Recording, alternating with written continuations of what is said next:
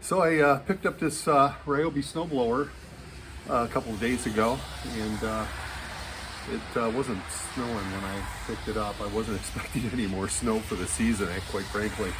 It's listed at Home Depot for $1,200. I bought this one for $450. Looks like it was a display model.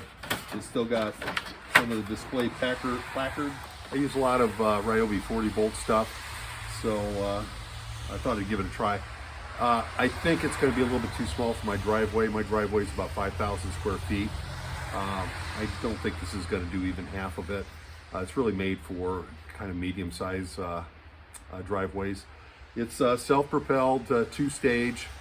It came with a couple of 6-volt batteries, which I've got charged up, and we'll see how that goes. So the 6-volt batteries go in this side, and there's a compartment for some spare batteries. And I might throw a couple of spare batteries in there. I've only got a pair of, might just be 2-amp batteries. So let me go take a look. I do have a couple of spare Ryobi batteries. So I'm partial to Ryobi 40 volt systems. So with this new snowblower, it came with 2 6-amp Ryobi batteries, and it came with this charger. I think it's a supercharger of some sort. And I've got these batteries charged up for the snowblower.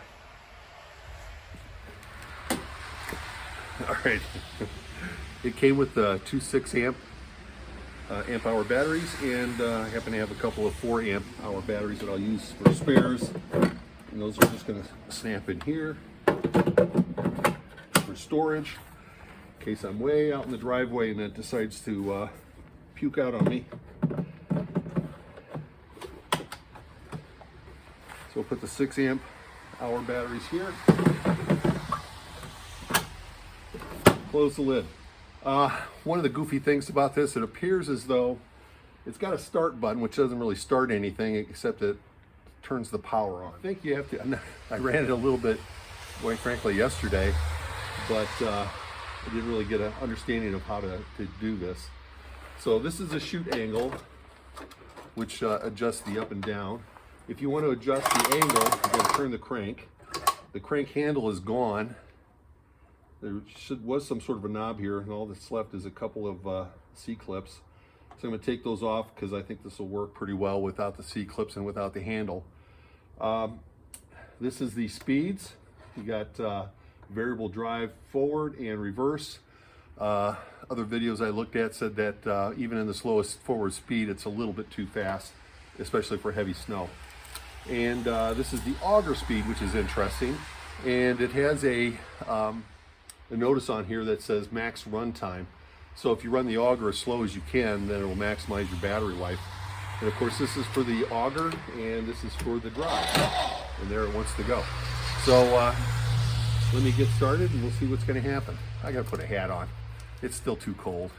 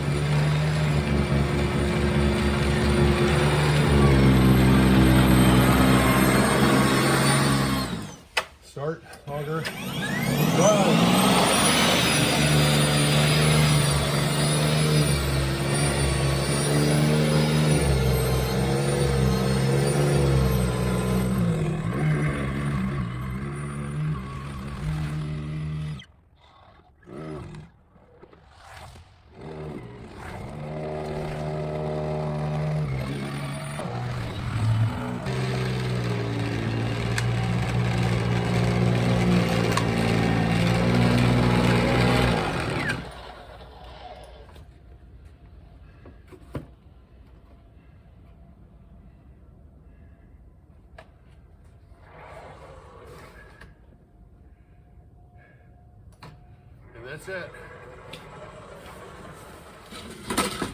Well, that's what I could do with 2 batteries. So I can take these 2 batteries out. They're down to, I can't even get one light to show. I showed the light just a little bit ago. Let's see if I can get a light on this one.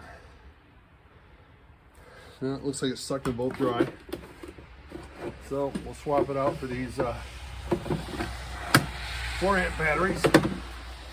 I'll check the timestamp to see how far I got on those 2 6-amp batteries. So I'm going to finish that side parking over here and see how far I get with the loop over there. And the key to running this thing is hit the start button, pull the auger down, and then hit the drive. There's a little delay between each of these operations. So if you do this, it doesn't do anything. You got to do this, hold it, then start the auger. Same thing with the drive. You pull the drive down, there's a little delay, a little hesitation. So you have to get used to that. So let's put it, see I got it in high speed.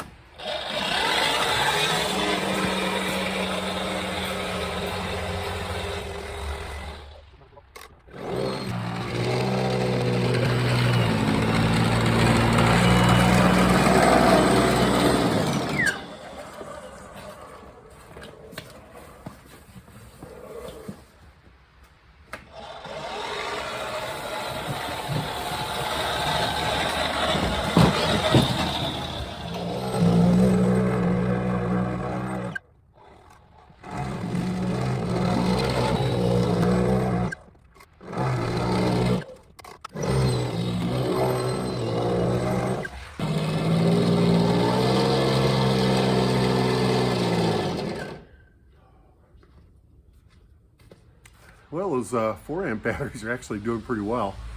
I've just got to make one more swipe out and one more swipe back, and that the front driveway is going to be done. So I'm going to go ahead and keep throwing snow. I expect the batteries will go dead any time. We'll see if I make it back.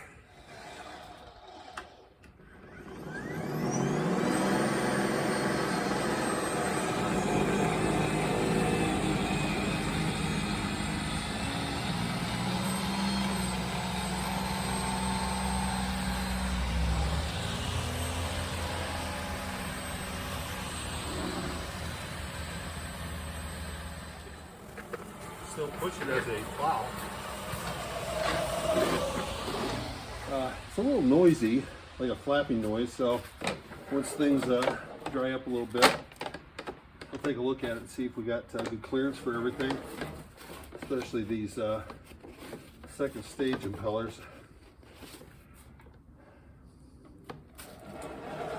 But looks like I've got to dig out my gas-powered snowblower to finish this up.